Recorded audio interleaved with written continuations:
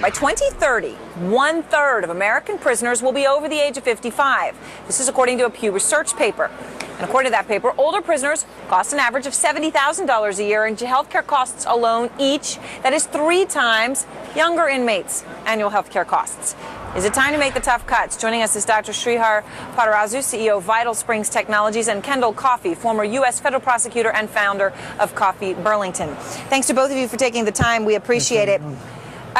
Sreedhar, let me start with you. Do we have to make the tough choice to not provide health care to older inmates? We're going to have to make some really tough choices. This is ridiculous. We can't even afford to pay for the people that are not in jail, who are the elderly, let alone the people that are incarcerated. So we need to draw the line in terms of how long we're willing to support these folks and come up with a transition plan in terms of how we're going to entrust more responsibility and maybe get them out early back into society and get some other means. The states and the counties don't have the money to subsidize this percentage of elderly people and the numbers that you've just mentioned. Kendall. Well, I mean, we decided back in the 80s that we wanted prisoners to be serving decades. Remember the olden times, the bad old days when people would serve 30% of their time? We wanted them to be serving their whole prison sentences, so we shouldn't exactly be acting like we're shocked to find that there are geriatric prisoners in this establishment. And once we've got them, we are responsible for them 24/7, 365 days a year, and that means health care. So it's a cost, but everything about the criminal justice system has a cost, and if we want justice for the victims, then we're going to have to continue to warehouse these folks, and if we're going to warehouse them, we have to make sure their medical care is taken care of. Expensive as it is, justice isn't always cheap. Kendall, let me ask you this, though, for some people, people watching and Americans across the country who have been law-abiding citizens, are now older and are unable to afford health care and have to not get the medicine or not get the dialysis treatment that prisoners get at taxpayers' expense. How is that justified, not legally, ethically? Well, ethically, it's a tough one in the sense that my father's 89. He's a World War II veteran, and believe me, he doesn't get anything like the money spent on his health care that some of the prisoners do.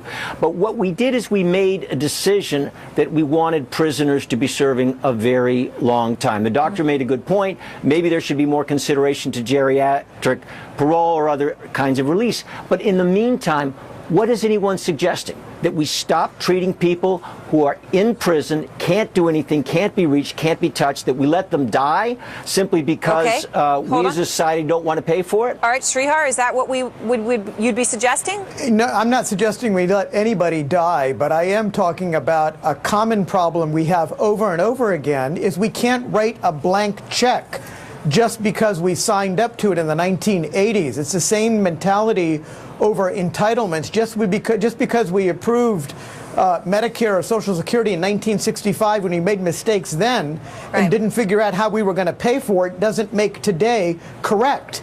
Today is insolvent, and we've got to come up with the means of creating a solvent program that becomes sustainable for states and for county governments who are having to bear the burden of this. Sreedhar, let me just read something to you. It was interesting. In the Birmingham News editorial board wrote an op-ed this morning, and they said there is no easy answer to bringing the costs down. The solution certainly isn't, as some reader is certain to suggest, to skimp on inmates' care. They continue to say the state can and must be more judicious about whom it sends to prison. That they're saying the problem is we're putting too many people in jail. Well, you know, that's going to be part of a judicial problem in terms of the thresholds of who we're committing to incarceration. But what I can tell you is that perhaps some of the services that are being offered are not going to be offered as promptly as one might need. There are going to be emergent services that inmates are going to need just in time, but maybe some of the more elective procedures, they're going to have to wait. Kendall, let me just ask you a quick question on that front before we go. What about the story of an inmate getting a new heart or inmates getting dialysis ahead of regular citizens? Are there places where you would start to say no? It's very, very tough because I think if we really want to save money, ultimately there's the option of trying to let them die and putting their health care at risk. There's also the option of letting them go. That has a huge political risk. But we're in a time where one kind of tough choice or another has to be made. Right. Well, on that note, I think we all agree. The question is obviously the legal and ethical difficulties of which choice. Sreedhar, Kendall, thanks so much to both of you. We appreciate it.